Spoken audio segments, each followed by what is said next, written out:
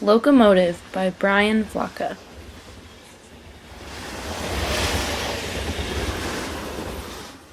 Here is a road made for crossing the country, a new road of rails made for people to ride. Here is how the road was built, with a grunt and a heave and a swing, with the ring of shovels on stone, the ring of hammers on spikes. Men came from far away to build from the east, to build from the west, to meet in the middle. They cleared the rocks and dug the tunnels, they raised the hammers and brought them down. Here your trip begins, at the depot on the platform. The people here, the passengers, have packed and shipped and sold their things, all their things, everything. They have their tickets for a trip of a week, through the days and nights, across the wide country, down to the sea. Look for the train that will take you, the first train of the trip. Listen for the engine, for the mighty locomotive. She's waiting in the rail yard, ready for her work. Hear the clang of the bell, hear the huff of the engine. Her crew is bringing her out. See a puff from her stack, a puff of smoke, a smudge in the sky. Here she comes, see a puff, a smudge, a cloud. Now comes the locomotive, the iron horse, the great machine, 50 feet and 40 tons, wheels spinning, rods swinging, motion within motion, running down the track. She's bright in her paint and her polish, the pride of her company and crew. She pulls her tender and train behind her, she rolls up close to where you wait, all heat and smoke and noise. Hear the clear, hard call of her bell. Clang, clang, clang, clang, clang, clang. Hear the hiss in the spit of the steam. Hear the engine breathe like a beast. Huff, huff, huff. She carries the crew that makes her run. Brakeman, fireman, engineer, and in charge of them all, the conductor, the captain of the train. He cries, "All aboard! Step up, step quick!" Up in the cab, the crew's making ready. The train's about to leave. Up in the cab, small as a closet, hot as a kitchen, it smells of smoke, hot metal, and oil. The fireman keeps the engine fed. He scoops and lifts and throws the coal from the tinder to the firebox. It's hard work, hot work, smoke and cinders, ash and sweat, hard work, hot work. But that's the fireman's life. He tends the fire that boils the water, that turns the water into steam. Then the engineer pushes forward. He blows the whistle as a warning, two toots to say this train's about to go. He pulls the throttle lever. He opens the throttle. Not too much, not at first, or else the wheels would spin on the tracks. Easy, easy, he releases the steam. It pushes through the pipes. It goes to do its work. It pushes, pushes, pushes the pistons, which push and pull the rods. The rods, they swing and rise and fall and make the drive wheels turn. The engine huffs and hisses. The engine bangs and clanks. Metal rolls on metal and the locomotive moves. It gives the cars a jerk and a tug. It pulls them out in front of the station. Now more steam, more steam. Faster, faster turn the wheels. Faster, faster breathes the engine. Huff, huff, huff. The train is on its way. Through the cars comes the conductor. "Tickets," he cries as he walks down the aisle. "Have them ready or have a short trip." Out the windows the city runs by. Homes and schools, then farms and fields. They rush up close, then fall away. The engineer feels the wind on his face, the fire by his feet. High up in the cab he feels the engine shudder and sway. He feels it shake as it picks up speed.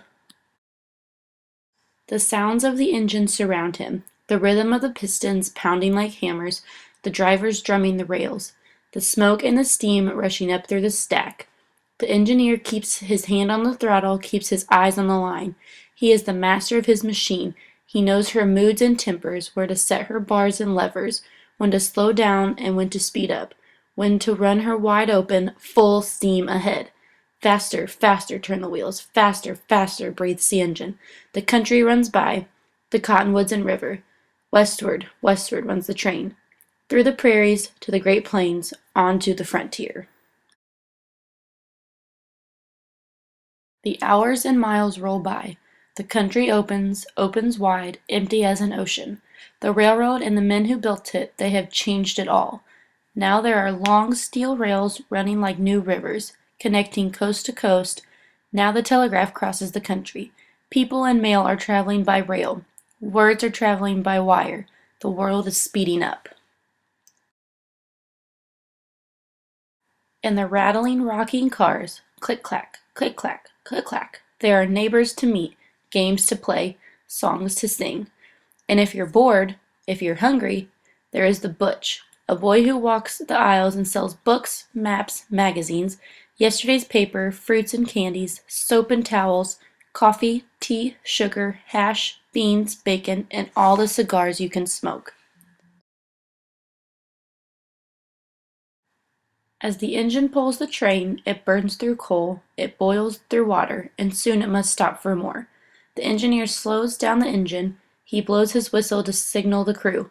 Down brakes. The brakemen hear the call. They turn the wheels, which tighten the brakes. They tighten them car by car. The train stops at new cities and stops at new towns. Grand Island and Kearney and North Platte and on. Cities and towns built up for the railroad, built to keep the engines running. At the water tower, the fireman pulls the spout. The fireman lets the water out. Splash! He fills the tank and the tender so there will be water to pump to the boiler when the engine needs it. Then when the crew and their engine have done a full day's work, fresh men and machines will take their place. Into the roundhouse the old engine goes. Out from the roundhouse the new engine rolls. The new crew gets to work. The engineer pulls back on the Johnson bar to put the engine in reverse. He blows the whistle as a warning. 3 toots to say he's backing up. Now the switchman in the rail yard will attach the engine to the train. He'll step between the tender and the cars as the two are pushed together, and just at the right moment, no sooner, no later, he'll put the links and pins in place that will hold the train together. Switchmen must be careful, and switchmen must be quick, for cars get bumped, they roll and jump. Now the tender rolls close. In goes the link. Clink! Down drops the pin. Clank! The switchman steps away. The train is ready to roll again.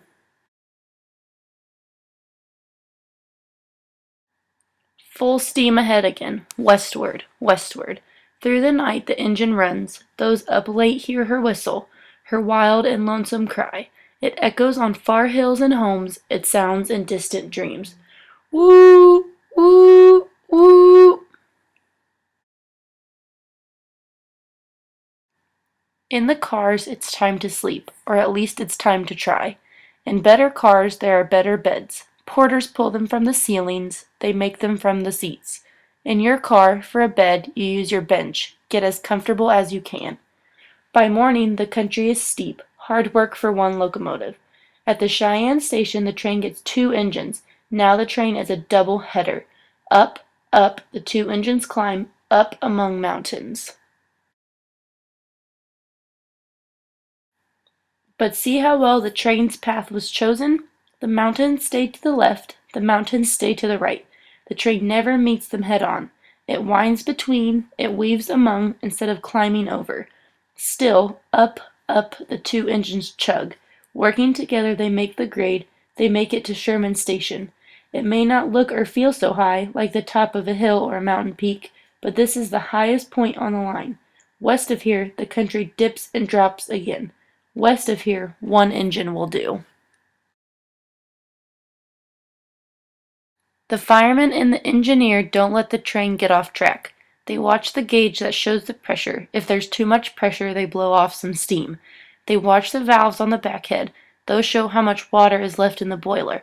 If too much water boiled away, if the level dropped too low, the firebox would melt, would buckle, would blow. The locomotive would explode. So when the valves show the water dropping, the engineer pulls a handle. He pumps in water from the tender. He keeps the engine safe. Westward, westward rolls the train. It rolls among sage and below strange stones, stranger and stranger the farther you go, until every mile brings some new wonder. And a sign that hangs from a branch, 1,000-mile tree, it reads. 1,000 miles, that's how far your train has traveled since the trip began. Still westward, westward rolls the train, rolling below the stars. This is the high and lonesome place where this new road of rails was finished. This is where its two halves met, one from the east, one from the west. Here they were joined with a golden spike. It took two companies to build this new road, and it takes two companies to run it. Now you'll change from one to the next. The Union Pacific has got you this far. The Central Pacific will finish the job. Look for the train with the yellow cars. Don't take time to see the town. This place is rough. This place is rowdy. Don't wander off. Here in the west there's more wood than coal, so wood is what the new engine burns. The engineer sends the train on its way, out from the station. A bleak and silent land, silent except for the huff and the bang and the hiss and the clink and the clank of the cars. Think of those who came before, who crossed in covered wagons, traveling foot by foot under the beating sun, no water worth drinking for mile after mile. Now there's one last set of mountains to cross, the mighty Sierra Nevada. They rise like a wall on the edge of the basin. There is no way to wind around them. These the train must climb.